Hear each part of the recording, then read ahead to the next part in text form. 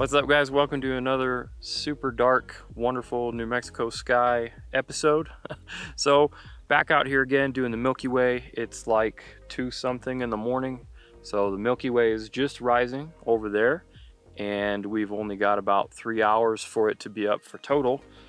So what we're doing is, I told you guys when I did the first shooting the Milky Way with the S20 that I would come out here when I got my Moment lens. So I got my Moment 18 wide, which is on my S20. And there's 2 reasons why I wanted to come out here and try this, that I think the Moment will be more beneficial for shooting astro and allow you to get more out of your pro mode. The first, obviously, is the wide angle. So we have this, I have the 18 millimeter on, and they even have the fisheye, which is like a 14 millimeter, which I would really be interested in trying, but I don't have that. So maybe I'll save up a few pennies and try to get that eventually. But I've got the 18 millimeter on here. So the downside, like I've said in many other videos of the Samsung Pro modes, is that even though the S20 has multiple lenses, and the Note 10 and the S10 and all of that, they all have the ultra wide lenses, you can't use those in pro mode. So that means we got to go to third-party lenses, and my third-party lens of choice, of course, is Moment. This is not sponsored by them, by the way. This is, I bought this lens with my own money, and I have no affiliation with that, with them sponsoring this whatsoever. So this is all on me. This is what I use. So the second thing that I told you guys about in the first episode that is crippling with shooting astro stuff with the S20 is that using the main sensor, the main lens, that's a full frame equivalent of 26 millimeters.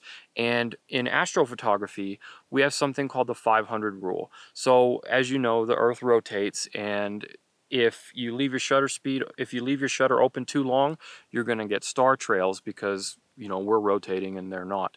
So what we do is we use the 500 rule. So we divide our focal length by 500. We divide 500 by our focal length. You know what I mean? It's late. Math. 500 rule. 500 divided by my focal length, which without the Moment lens is 26 millimeters. So because it's late and I can't math right now, 500 divided by 26 equals 19.2 seconds. That's how long I can leave my shutter speed open with the onboard lens, 19 seconds. Any longer than that and I'm going to get star trails. So because the phone sensors are small, and this has the largest sensor of any phone, but it's still tiny in comparison to the DSLRs that I'm shooting with. Because of that, we want to use that 30-second shutter speed that Samsung has finally given us. It's taken years, but they've finally done it. Very excited about that. We'd like to utilize that, but I can't.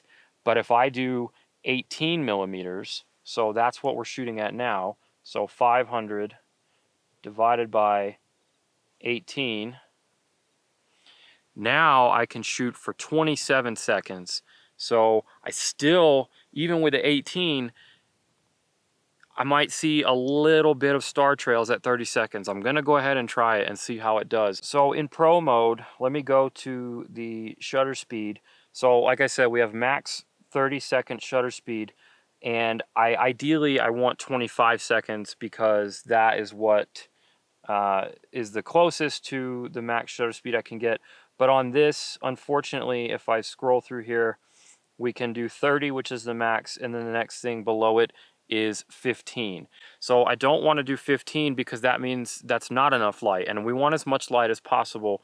So if I did 15, I'll have to up my ISO, and I don't want to do a higher ISO on the phones because, as I just said, sensors being tiny, the noise is just unbearable, even with cleaning it up in Photoshop. So I'm going to risk it. I'm going to go to 30 seconds, and I'm going to go to 800 ISO. I don't want to go any higher than that if I don't have to. I've done some test shots at 1600, and I think you could probably pull it off, but I'm going to leave it at 800, 30 seconds. Everything else is, I've got it in autofocus so that it focuses on infinity, and I've got it at auto white balance. All right, there it is. So there's my first image. We've got a little bit of light residually from the light that's lighting me, lighting up the foreground, which there's not much of, but it looks kind of cool. You'll notice the red dot in the frame.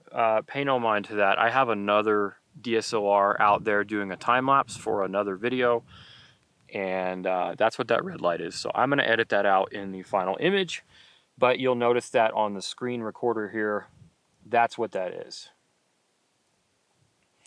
So the raw image just on the back of the screen looks like that's okay. Let's go ahead and we'll take one more at, I'm going to up the ISO for you guys so that you can see.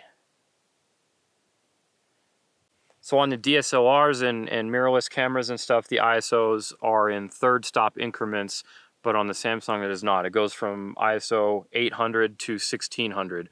There's no 1000 or 1250, which would normally be in between. So we're gonna go ahead and just go up to 16. Brittany, you wanna go ahead and dim the light for me? All right, so just from what I see on the back of the screen, 1600 30 seconds looks pretty good too. Obviously, it's more noisy, but I can still fix that. So I might try to, I'll edit those and then put them up. We'll talk about it later.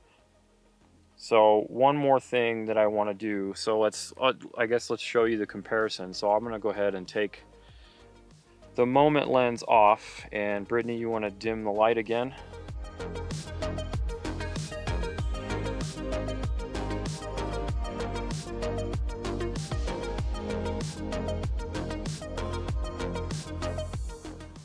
All right, light me.